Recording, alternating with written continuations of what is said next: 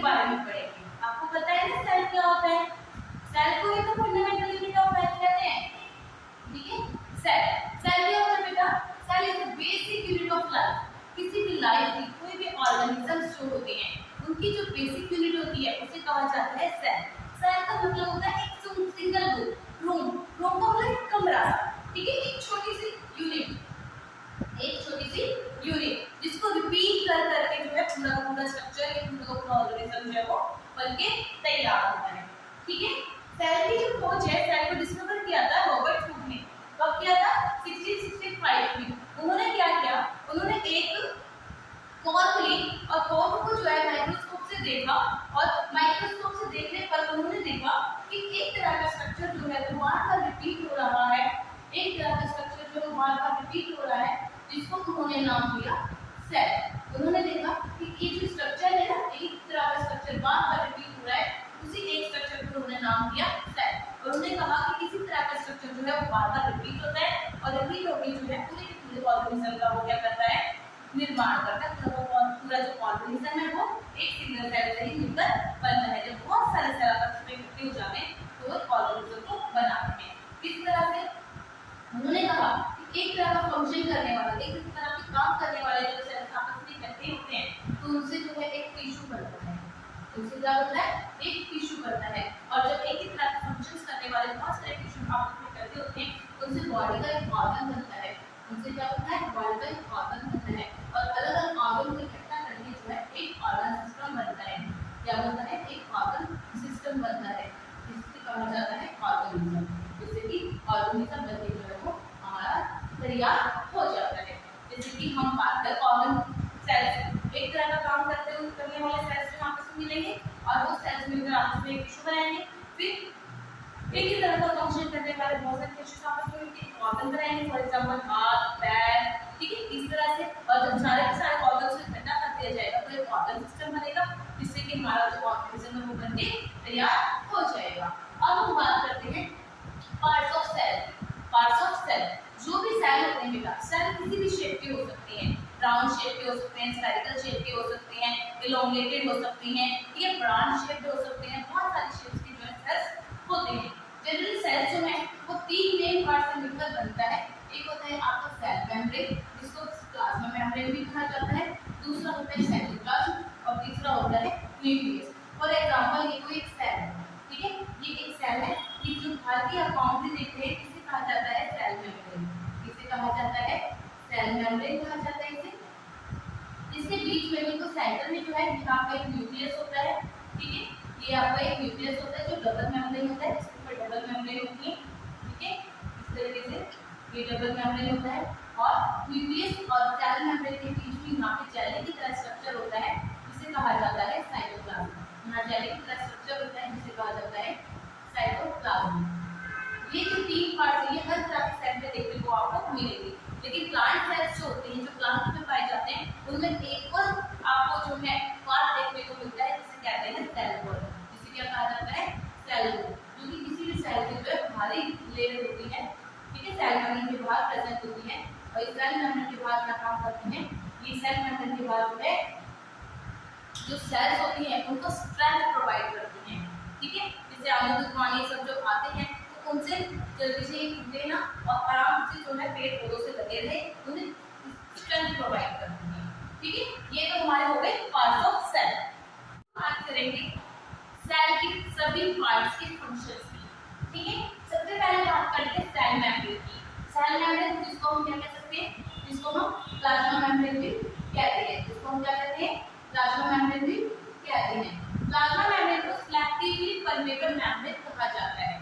Plasma membrane को क्या कहा जाता है? प्लाज्मा मेम्ब्रेन को सिलेक्टिवली परमेबल मेम्ब्रेन कहा जाता है।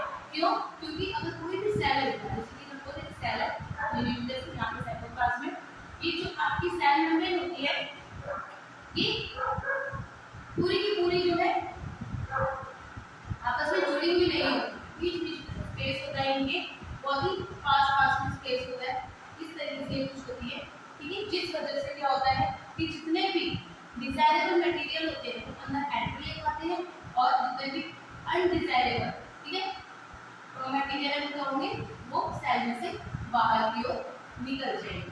ठीक है। और यहाँ पे जो है एक्सचेंज ऑफ गैसेस भी होता है इसी की वजह से, जैसे कि सेल को अगर ऑक्सीजन की जरूरत है तो ऑक्सीजन अंदर जाएगी, कार्बन डाइऑक्साइड जो वेस्ट है तो सेल से बाहर निकल जाएगी। इस तरह से जो है गैसेस का भी एक्सचेंज होता है, जिसकी वजह से इसे क्या कहा जाता है, selectively permeable membrane. Selectively permeable मतलब थोड़ा थोड़ा इसमें जो स्पेस होता है, पूरी पूरी कंटिन्यू नहीं होती, और जिसकी वजह से क्या होता है, जितने भी डिजायरेबल मटेरियल है वो एंट्री ले पाती है, और जितने भी अनडिजायरेबल मटेरियल है वो घर से बाहर निकल जाते हैं। नेक्स्ट है हमारा न्यूक्लियस। न्यूक्लियस जो होता है, ठीक है, न्यूक्लियस जो एक डबल मेम्ब्रेन स्ट्रक्चर होता है। न्यूक्लियस जो होती है, न्यूक्लियस के ऊपर डबल मेम्ब्रेन स्ट्रक्चर होती है, मैंने आपको पहले भी बताया था, ठीक है। डबल मेम्ब्रेन स्ट्रक्चर होता है, और न्यूक्लियस को भी ब्रेन ऑफ द सेल भी कहते हैं। न्यूक्लियस को क्या कहते हैं, ब्रेन ऑफ द सेल भी कहा जाता है, ठीक है। क्यों? क्योंकि जो न्यूक्लियस होता है, न्यूक्लियस के अंदर ही क्रोमोसोम्स प्रेजेंट होते हैं, जो कि पेरेंट्स से बच्चों तक, ऑफस्प्रिंग तक जो है इंफॉर्मेशन लेकर आते हैं, ठीक है। और जो क्रोमोसोम्स होते हैं वो किससे मिलकर बनते हैं, वो डीएनए और प्रोटीन से मिलकर बनते हैं। और जब डीएनए की स्ट्रक्चरल यूनिट होती है तो स्ट्रक्चरल यूनिट को कहा जाता है जीन। डीएनए की जो स्ट्रक्चरल यूनिट होती है, ठीक है, स्ट्रक्चरल यूनिट होती है डीएनए की जो स्ट्रक्चरल यूनिट, उसे क्या कहा जाता है, उसे कहा जाता है जीन कहा जाता है। और जो डीएनए है, डीएनए की अगर हम फुल फॉर्म की बात करें, ठीक है, डीएनए की अगर हम फुल फॉर्म की बात करें तो डीएनए की फुल फॉर्म होती है deoxy ribonucleic acid, deoxy ribonucleic acid, sorry, ठीक है, डीऑक्सी राइबोन्यूक्लिक एसिड, ये होती है डीएनए की फुल फॉर्म। तो हमारे जो न्यूक्लियस होते हैं उन्हें हम ब्रेन ऑफ द सेल कहते हैं, सेल का ब्रेन कहा जाता है। क्यों कहा जाता है, इसके अंदर क्रोमोसोम्स प्रेजेंट होते हैं जो कि प्रोटीन और डीएनए से मिलकर बनते हैं, और जो डीएनए होते हैं वो स्ट्रक्चरल यूनिट, इसकी जो स्ट्रक्चरल यूनिट होती है उसको क्या कहा जाता है, उसको जीन कहा जाता है। अब हम बात करते हैं साइटोप्लाज्म की। साइटोप्लाज्म क्या होता है, जो भी कोई सेल होता है उसके अंदर न्यूक्लियस और सेल मेम्ब्रेन या प्लाज्मा मेम्ब्रेन के बीच में जो जाली के तरह स्ट्रक्चर होता है यहाँ पे, ठीक है, ना लिक्विड जैसा होता है ना सॉलिड जैसा होता है, जेली जैसा होता है, इसे कहा जाता है साइटोप्लाज्म। अब साइटोप्लाज्म के अंदर ही जो है बहुत सारे जो है ऑर्गेनेल्स प्रेजेंट होते हैं जो डिफरेंट फंक्शंस करते हैं। जो सेल मेम्ब्रेन होता है, सॉरी, जो साइटोप्लाज्म होता है, साइटोप्लाज्म के अंदर ही क्या होते हैं, बहुत सारे सेल ऑर्गेनेल्स प्रेजेंट होते हैं। For example mitochondria, ribosome, cytoplasmic reticulum, Golgi apparatus, ठीक है। इस तरीके से जो है बहुत सारे जो सेल ऑर्गेनेल्स वहाँ प्रेजेंट होते हैं वो साइटोप्लाज्म के अंदर प्रेजेंट होते हैं। उसके बाद में हम बात करते हैं प्रोटोप्लाज्म की। प्रोटोप्लाज्म क्या होता है बेटा, प्रोटोप्लाज्म जो है सेल का जो लिविंग पार्ट होता है, जो सेल का लिविंग पार्ट होता है, लिविंग पार्ट कौन सा है, जहाँ पे फंक्शंस हो रहे हैं, फंक्शंस कहाँ हो रहे हैं, साइटोप्लाज्म में हो रहे हैं और न्यूक्लियस में हो रहे हैं। इसका मतलब साइटोप्लाज्म और जो न्यूक्लियस वाला जो पार्ट है, सेल मेम्ब्रेन के अंदर वाला जो पार्ट है, उसी को कहा जाता है प्रोटोप्लाज्म। उसी को क्या कहा जाता है, प्रोटोप्लाज्म कहा जाता है। अब हम बात करते हैं ऑर्गेनिजम्स की। बेटा ऑर्गेनिजम्स जो हैं वो दो टाइप के होते हैं, एक होते हैं यूनिसेलुलर ऑर्गेनिजम्स और एक होते हैं मल्टीसेलुलर ऑर्गेनिजम्स। जो यूनिसेलुलर ऑर्गेनिजम्स होते हैं, देखो यूनि मतलब होता है एक, वन, और सेलुलर मतलब सेल, जो एक सेल से मिलकर बनते हैं, जो सिंगल सेल से मिलकर बनते हैं, ठीक है, सिंगल सेल से मिलकर बनते हैं ऑर्गेनिजम्स को कहा जाता है unicellular organisms. For example amoeba. Amoeba आपका जो है यूनिसेलुलर ऑर्गेनिज्म है। यूग्लिना, पैरामीशियम, ठीक है, ये आपके क्या है, पैरामीशियम, ये आपके सिंगल सेल ऑर्गेनिजम्स है जिन्हें हम यूनिसेलुलर ऑर्गेनिजम्स कहते हैं। मल्टीसेलुलर ऑर्गेनिजम्स, मल्टी मतलब जो एक से ज्यादा, जहाँ पे एक से ज्यादा सेल्स को मिलाकर जो है ऑर्गेनिजम्स बनते हैं, एक से ज्यादा सेल से जो ऑर्गेनिजम्स बने हुए होते हैं उन्हें कहा जाता है मल्टीसेलुलर ऑर्गेनिजम्स, ठीक है। More than one type, more than one cell, एक सेल से ज्यादा से मिलकर बनते हैं मल्टीसेलुलर ऑर्गेनिजम्स। इसके अंदर हमारे एग्जांपल्स आ जाएंगे आपके ह्यूमन का, ठीक है, ह्यूमंस जो होते हैं मल्टीसेलुलर ऑर्गेनिजम्स है।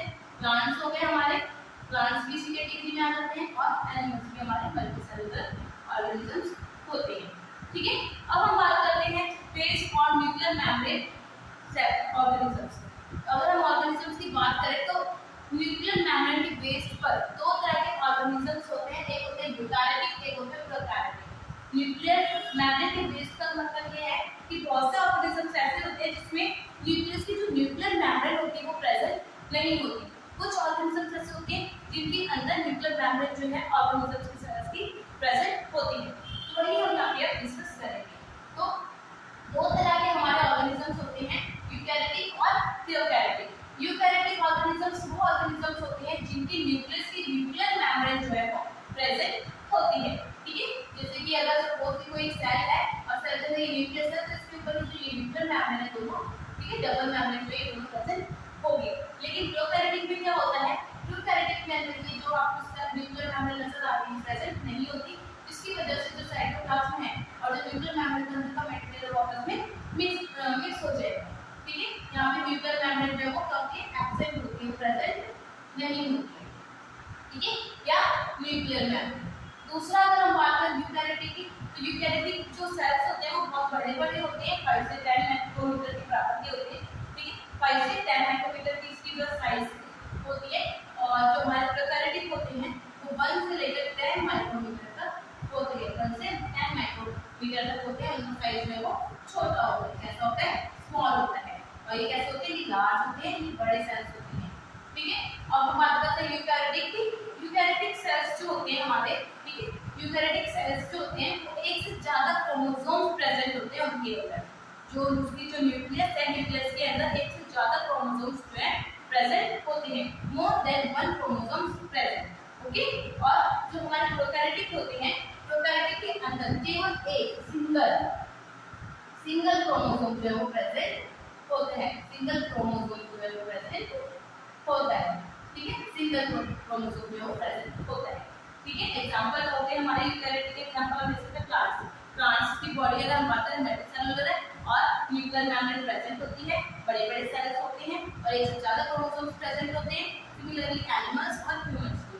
और अगर हम बात करें प्रोकैरियोटिक की, तो प्रोकैरियोटिक के अंदर जो होते हैं सेल मेम्ब्रेन जो न्यूक्लियर मेम्ब्रेन जो है वो एब्सेंट होती है और साइज भी जो है वो स्मॉल होता है, 1 से 10 माइक्रोमीटर का, और सिंगल क्रोमोसोम प्रेजेंट होते हैं। इस कैटेगरी में आ जाते हैं हमारे कुछ बैक्टीरिया। क्या आ जाते हैं हमारे कुछ बैक्टीरिया जो है इस कैटेगरी के अंदर आ जाते हैं। ठीक, हम बात करते हैं सेल ऑर्गेनेल्स की। बेटा जो सेल ऑर्गेनेल्स है वो साइटोप्लाज्म के अंदर पाए जाते हैं सेल की। ठीक है, मैंने भी बताया था आपको जो सेल होते हैं हमारे, ठीक है, हमारा जो सेल है, सेल के अंदर जो यहाँ पे साइटोप्लाज्म होता है ना, न्यूक्लियस और सेल मेम्ब्रेन के बीच में, इस साइटोप्लाज्म के अंदर जो है हमारे जो है सारे के सारे सेल ऑर्गेनेल्स पाए जाते हैं। ठीक है, कौन-कौन से, endoplasmic reticulum, mitochondria, ribosome, cytoplasmic reticulum, lysosomes, Golgi apparatus, ये सभी के सभी जितने भी हमारे सेल ऑर्गेनेल्स हैं ये कहाँ पाए जाते हैं, साइटोप्लाज्म के अंदर पाए जाते हैं। जैसे कि मैंने अभी आपको बताया था। ठीक है, जैसे कि मैंने भी आपको बताया था। अब हम करेंगे ये सारे के सारे फंक्शंस। अब हम इनके क्या करेंगे, सभी के फंक्शंस पढ़ेंगे। एक मिनट इसको कर देते हैं। अच्छा, सबसे पहले बात करते हैं एंडोप्लाज्मिक रेटिकुलम की। एंडोप्लाज्मिक रेटिकुलम सेल के अंदर प्रेजेंट होते हैं, दो तरह की होती है। ठीक है, सभी के फंक्शंस पेपर में पूछ लिए जाते हैं, तो कम से कम दो फंक्शंस तो हमें पता होने चाहिए ताकि पेपर में अच्छे से लिख पाए। एंडोप्लाज्मिक रेटिकुलम दो तरह के होते हैं, एक होता है एसईआर और एक होता है आरईआर। एसईआर का मतलब है स्मूथ एंडोप्लाज्मिक रेटिकुलम, और आरईआर का मतलब है रफ एंडोप्लाज्मिक रेटिकुलम। जो स्मूथ एंडोप्लाज्मिक रेटिकुलम होते हैं यहाँ पे लिपिड्स और फैट्स बनते हैं। यहाँ क्या बनते हैं, लिपिड्स और फैट्स बनते हैं। लिख लेते हैं, लिपिड्स और फैट्स बनते हैं। ठीक है, और जो रफ एंडोप्लाज्मिक रेटिकुलम होते हैं यहाँ पे ना राइबोसोम्स लगे हुए होते हैं। यहाँ पे राइबोसोम्स अटैच होते हैं जो क्या करते हैं, जो कि प्रोटीन सिंथेसाइज करते हैं, प्रोटीन बनाते हैं। ठीक है, तो एंडोप्लाज्मिक रेटिकुलम के बारे में हमने पढ़ा कि दो तरह के होते हैं, स्मूथ और रफ। जो स्मूथ होते हैं, स्मूथ किस वजह से होते हैं, लिपिड और फैट की वजह से, क्योंकि वहाँ पे लिपिड और फैट बन रहा है। और रफ वाले जो है वहाँ पे राइबोसोम्स लगे होते हैं और राइबोसोम्स क्या करते हैं, वहाँ रहकर वो प्रोटीन को सिंथेसाइज करते हैं। इसके बाद में हम बात करते हैं माइटोकॉन्ड्रिया मोस्ट इंपॉर्टेंट। ठीक है, माइटोकॉन्ड्रिया को जो है सेल का power house of the cell या फिर energy house of the cell भी कहा जाता है। माइटोकॉन्ड्रिया को पावर हाउस या energy house of the cell भी कहा जाता है। क्यों कहा जाता है, क्योंकि एटीपी की फॉर्म में क्या करता है, एनर्जी को सिंथेसाइज करता है, एनर्जी बनाता है। एटीपी क्या होता है, एटीपी की फुल फॉर्म होती है एडिनोसिन ट्राइफॉस्फेट। एडेनोसिन ट्राइफॉस्फेट, ये होती है हमारी एटीपी की फुल फॉर्म। इसके बाद में हम बात करते हैं राइबोसोम्स की। मैंने अभी आपको बताया कि राइबोसोम्स जो है हमें कहाँ देखने को मिलते हैं, ribosome endoplasmic reticulum, closer rough endoplasmic reticulum पे जो है अटैच होते हैं और ये क्या करते हैं, ये प्रोटीन को सिंथेसाइज करते हैं, प्रोटीन को बनाते हैं। इसके बाद में हम बात करते हैं लाइसोसोम्स की। लाइसोसोम्स को सुसाइडल बैग और डाइजेस्टिव बैग भी कहा जाता है। क्यों कहा जाता है, क्योंकि बेटा जो लाइसोसोम्स होते हैं क्या करते हैं, सेल्स के अंदर एक इस तरह का एंजाइम जो है वो एंजाइम से क्रिएट करते हैं कुछ इस तरह का कि जितने भी यहाँ पे रप्चर सेल्स होती हैं कि उनको अपने ही अंदर क्या करते हैं, डाइजेस्ट कर लेते हैं, जिसकी वजह से ये सुसाइडल बैग कहा जाता है, ये डाइजेस्टिव बैग भी कहा जाता है। इसके बाद हम बात करते हैं गोल्गी अपैरेटस। गोल्गी अपैरेटस की अगर हम बात करें तो गोल्गी अपैरेटस जो है बेटा पैकिंग करता है। गोल्गी अपैरेटस क्या करते हैं, जितने भी एंडोप्लाज्मिक रेटिकुलम में फैट से प्रोटीन्स बनाए हैं उनको पैकिंग करने का काम किसका है, गोल्गी अपैरेटस का है। गोल्गी अपैरेटस क्या करता है, उनको पैक करता है और पैक करने के बाद में क्या करता है, ट्रांसपोर्ट करता है जहाँ पे उसकी नीचे सेल के अंदर फार्म हाउस को भेज देता है। और ये गोल्गी अपैरेटस क्या करता है, लाइसोसोम्स भी सिंथेसाइज करता है। गोल्गी अपैरेटस जो गोल्गी अपैरेटस है वो लाइसोसोम्स को भी बनाता है। ठीक है, इसके बाद में हम बात करते हैं अब प्लास्टिड्स की। प्लास्टिड्स जो है बेटा ये आपके प्लांट सेल में पाए जाते हैं। ये किस में पाए जाते हैं, ये प्लास्टिड्स जो है वो केवल प्लांट सेल में पाए जाते हैं।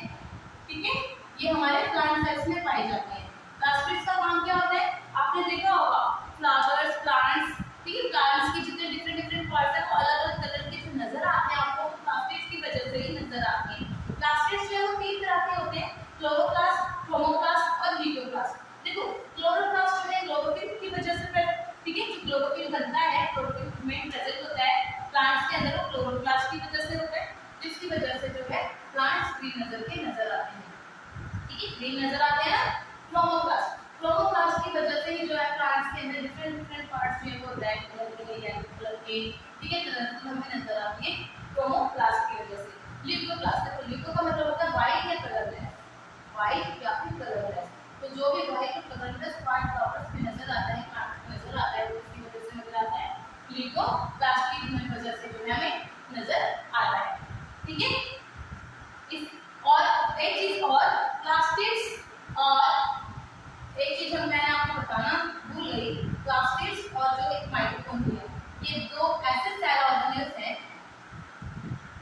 जिनके पास खुद के डीएनए होते हैं, इनके पास खुद के डीएनए और खुद के राइबोसोम्स जो है वो होते हैं और किसी सेल ऑर्गेनेल्स के पास भी इक्वालिटी नहीं होती।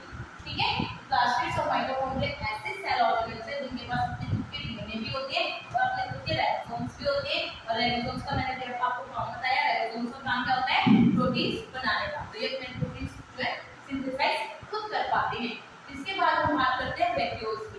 ये जो वैक्यूल्स होते हैं बेटा, ठीक है, ये वैक्यूल्स क्या होते हैं, कोई भी जो सेल होती है, सेल के अंदर क्या होता है, न्यूक्लियस है, ठीक है, ये आपकी सेल मेम्ब्रेन है, प्लाज्मा मेम्ब्रेन, यहाँ पे जो आपका साइटोप्लाज्म है, तो यहीं पे जो है एक एम्प्टी स्पेस होता है जिसे कहा जाता है वैक्यूल। क्या कहा जाता है, वैक्यूल। और ये जो वैक्यूल होता है ये प्लांट सेल के अंदर बहुत ही बड़ा होता है। ठीक है, ये बहुत ही बड़ा होता है, इसके अंदर प्लांट सेल के अंदर जो है ये जो वैक्यूल है बहुत ही बड़ा प्रेजेंट होता है। लेकिन ये एनिमल सेल के अंदर जो है, एनिमल सेल के अंदर बात करें तो या तो एब्सेंट होते हैं और अगर होते हैं तो बहुत ही छोटे-छोटे जो हैं वो प्रेजेंट होते हैं। वैक्यूल का काम क्या है, वैक्यूल क्या करता है, किसी भी जो भी हमारा जो सामग्री नहीं है हम क्या करते हैं, स्टोर रूम में रख देते हैं ना, इसी तरह से जो है प्लांट सेल या एनिमल सेल के अंदर जिस भी न्यूट्रिएंट की नीड होता है फिलहाल नहीं है, बाद में हो सकती है, तो वो स्टोरेज के रूप में जो वैक्यूल्स में रख दिए जाते हैं। बात करते हैं प्लांट सेल और एनिमल सेल के बीच में डिफरेंस की। बेटा हमें जो है प्लांट सेल और एनिमल सेल के बीच में डिफरेंस पता होना चाहिए। 101% ये क्वेश्चन जो है जनरल पेपर में आता ही आता है। ठीक है, इनके बीच में डायग्राम और इनके डिफरेंसेस जो है पेपर में पूछ लिए जाते हैं। तो हम बात करते हैं प्लांट सेल और एनिमल सेल की। अभी हमने डिस्कस किया वैक्यूल के बारे में। तो जो वैक्यूल्स होते हैं प्लांट सेल में बहुत बड़े-बड़े प्रेजेंट होते हैं, है ना, जो एम्प्टी स्पेस होते हैं जहाँ पे स्टोरेज की जाती है। और एनिमल सेल में जो है ये या तो एब्सेंट होते हैं या फिर बहुत ही छोटे-छोटे जो है या बहुत ही छोटे-छोटे ये आपको मिलते हैं। ठीक है, प्लांट सेल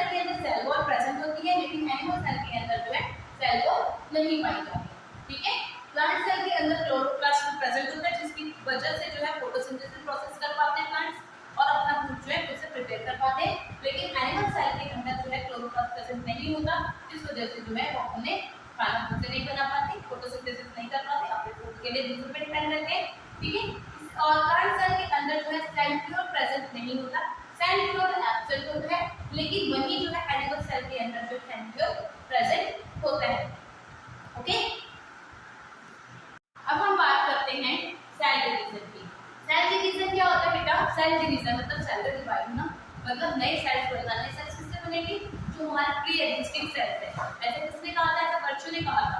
ठीक है, कि जितने भी हमारे सेल्स होते हैं वो कुछ नए प्रोड्यूस नहीं होते, वो प्री एग्जिस्टिंग सेल्स से ही हमारे जो है बनते हैं, प्रोड्यूस होते हैं। ठीक है, रिपेयरिंग होती है उन्हीं की, और उन्हीं से जो है सेल डिवाइड होते हैं और नए सेल बनते हैं। नए सेल बनने के प्रोसेस दो तरह से बनते हैं नए सेल। ठीक है, जो सेल डिवीजन होता है वो दो तरह से होते हैं, एक होता है माइटोसिस और एक होता है म्यूटोसिस। एक होता है आपका माइटोसिस और एक होता है म्यूटोसिस। हम बात करते हैं माइटोसिस। माइटोसिस में क्या होता है? जो सेल डिवाइड होता है, सेल डिवाइड होता है किसलिए? ग्रोथ और रिपेयर मेंटेन, मतलब कोई सेल जो है वो रप्चर हो गई है, खराब हो गई है, तो उसको ठीक करने के लिए जो प्रोसेस होता है वो होता है माइटोसिस। और माइटोसिस जो है उसको मदर सेल भी कहा जाता है, माइटोसिस को मदर सेल भी कहा जाता है। और माइटोसिस क्या करता है? डिवाइड होकर टू आइडेंटिकल डॉटर सेल्स में डिवाइड हो जाता है। ठीक है, एक माइटोसिस में करता है एक सेल जो है वो दो आइडेंटिकल सेल्स के अंदर बदल जाता है। अब नेक्स्ट हमारा मेयोसिस। मेयोसिस जो होता है बेटा, ये रिप्रोडक्शन प्रोसेस के टाइम पर होता है, सेल डिवीजन। इसमें क्या होता है? इसमें दो की जगह चार आइडेंटिकल न्यू सेल्स जो है वो प्रोड्यूस होती है। कितने? चार आइडेंटिकल न्यू सेल्स में आपके चार नई सेल्स जो है वो आपके प्रोड्यूस होती है, सेल्स जो आपके बनते हैं। ये हमारा चैप्टर जो है यहाँ पे कंप्लीट हो जाता है। आई होप आप सभी को जो है समझ आए अच्छे से, तो प्लीज कमेंट करके मुझे जरूर बताएं। Thank you.